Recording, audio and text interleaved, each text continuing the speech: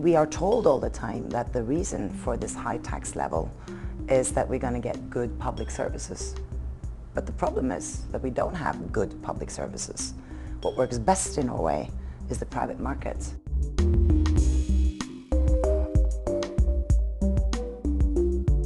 Hi, I'm Michael Moynihan with ReasonTV, and today we're talking with Siv Jensen, the head of the Progress Party, Norway's second largest party, yes, correct? Yeah. Opposition party.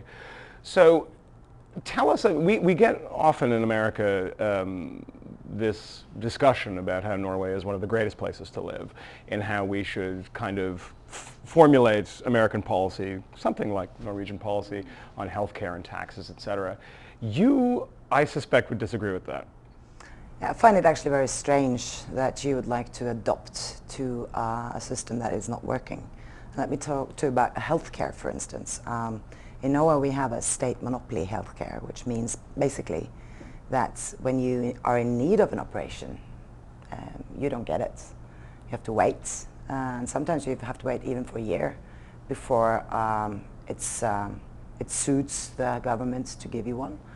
You have no other alternative. Is private insurance allowed in Norway? It is allowed, okay, but it's extremely expensive. And you have to remember we have a taxpayer-financed healthcare system, which is not so bad.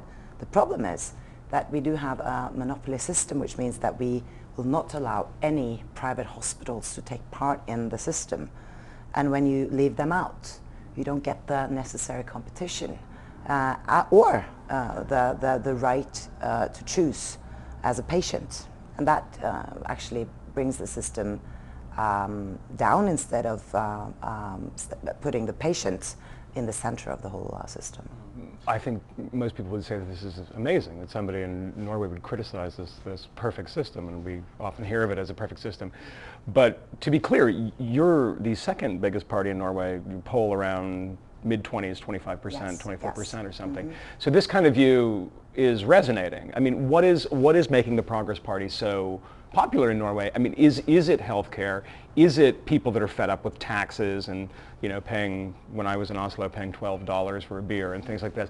I mean, what is the sort of, you know, motivation for people to vote for the Progress Party? I think the basic idea is freedom. I think that the average Norwegian is sick and tired of interference in their daily life. Regulations, bureaucracy, high taxes, and then we are told all the time that the reason for this high tax level is that we're going to get good public services.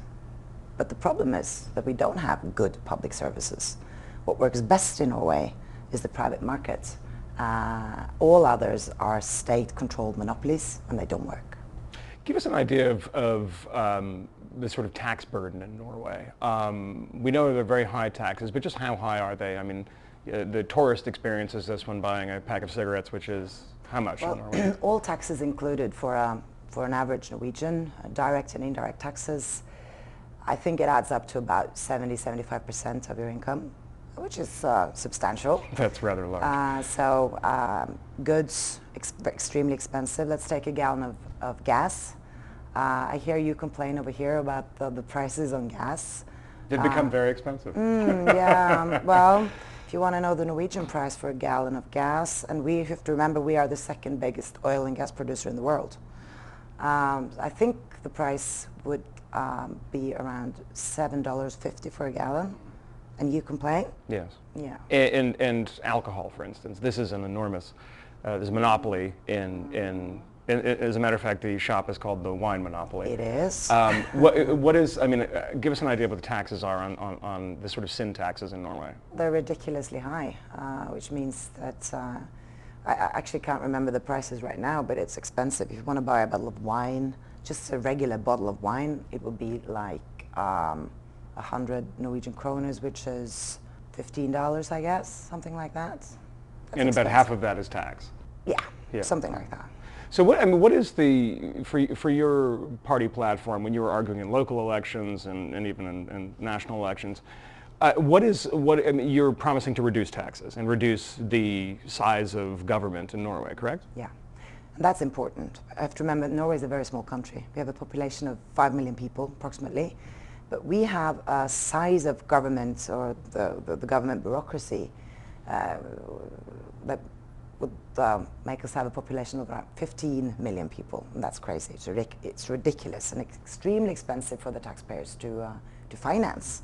We don't need that. We could actually make it work in a simpler way by reducing the bureaucracy, reducing tax, and stop interfering in people's lives. We can actually make decisions by ourselves. Siv, thank you for visiting with us at ReasonTV. For ReasonTV, I'm Michael Moynihan.